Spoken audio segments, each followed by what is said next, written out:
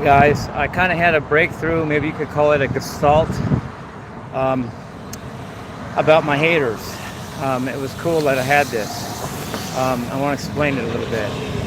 Um, it's very similar to when I was 13 years old, as when my dad got his Illuminati stuff together, and that's when he started hitting me. And I took a walk when I was 13, like at midnight or something. For like 2 or 3 hours, I was just out walking in our new area, and I figured out a bunch of stuff about my life that I never really went back on and probably never even progressed much from. LOL. But one of them was I decided that I wasn't going to take the beatings personally or have any connection emotionally to it. I was just going to take it like sheer beating because I knew they didn't love me and I didn't love them, so especially him. But either way.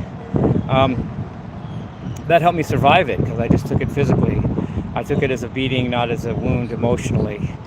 And also I decided that if I do hold it against them or him, it's only going to hurt me. Somehow I realized that at 13 years old. So I was just walking today. I'm not 13 anymore, of course. And I had a Gestalt, but it was about my haters I have today. And I decided that the same thing I decided with my dad and to some degree my mom. She was abusive too. But I decided that I'm not going to take it personally. I'm not going to take it to heart. When the haters, I'll hurt, but I won't take it to heart. I mean, it'll hurt because I'm only human. It has to. It has to hurt if it's something that I care about and about myself. And if I even hear it, it's got to affect me a little bit. But I'm not gonna invest in it. I'm not gonna think of it as anything other than just reading the words point blank. There it is. Okay, good to hear it, and go on. I'm not gonna ponder about who said it, what they really meant, do they like me or not? You know, how do I feel about this? I'm gonna totally emotionally detach myself from the hate, and I think that'll get me through it. And not only that, but I'm going to try not to hate them back because that'll only hurt me. Hating is much more damaging to the person doing the hating than it is to the person being hated. And that's a sad fact maybe, but it seems to be true. And I don't want to become my haters by hating them back. I also don't want to invest in their hate by clinging to just any kind of emotional connection. I just want to take it as I read the words. I can't help it. I'm human. I'm going to read them sometimes. Dude, what are you going to do? But I'll just take it. If I can, I'll take it like reading the newspaper. Something someone said in an inquiring magazine or something. I won't take it to heart like it really has. Like I have to consider it or ponder over it or wonder about it. I'm just going to try to take it as words on the page.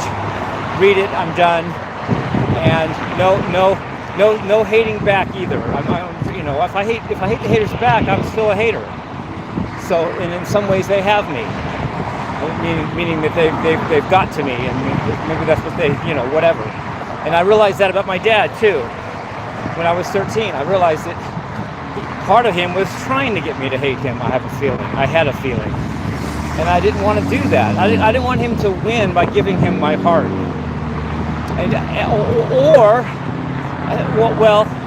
Or by becoming him. I didn't want to become him and have him win that way.